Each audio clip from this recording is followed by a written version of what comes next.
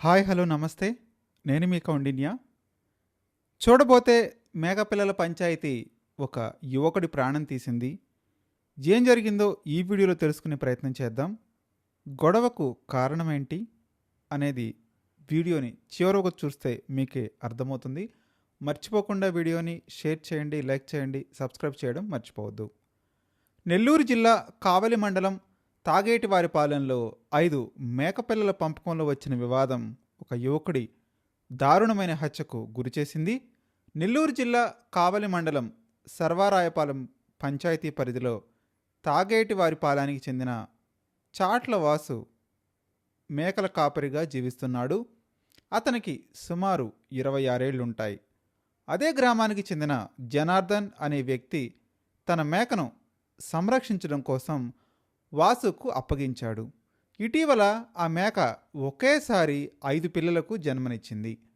మేకను ఇన్ని రోజులు ఎంతో జాగ్రత్తగా మేపి కాపాడినందుకు గాను ప్రతిఫలంగా తనకు 2 మేక పిల్లలు ఇవ్వాలని వాసు అడిగాడు.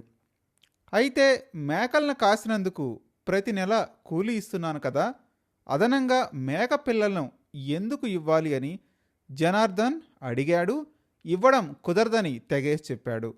దీంతో ఇద్దరి మధ్య తీవ్ర వాగ్వాదం నెలకొంది. ఈ వివాదాన్ని పరిష్కరించేందుకు జనార్దన్ ఈ విషయాన్ని గ్రామానికి చెందిన మాజీ సర్పంచ్ మందా మధు దృష్టికి తీసుకుని వెళ్ళాడు. గ్రామ పెద్దల సమక్షంలో పంచాయతీ జరుగుతుండగానే మేకల కాపరి వాసుకు మాజీ సర్పంచ్ మధుకు మధ్య మాటా పెరిగింది.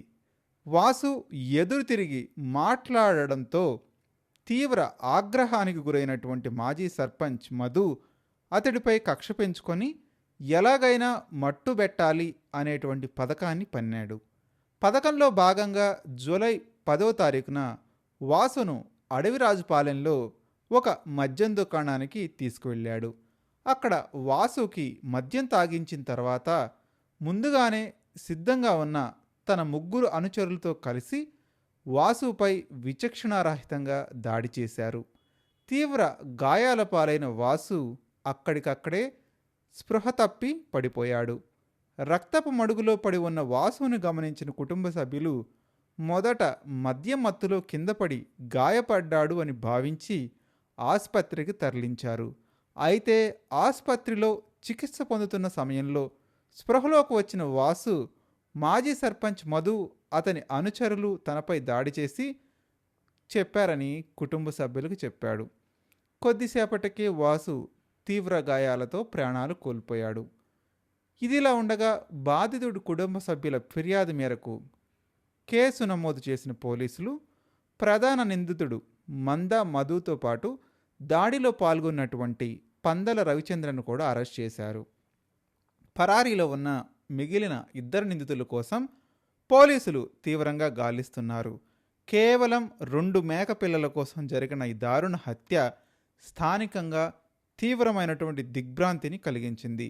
మీరు కూడా మీ అభిప్రాయాన్ని కామెంట్ రూపంలో తెలియజేయండి.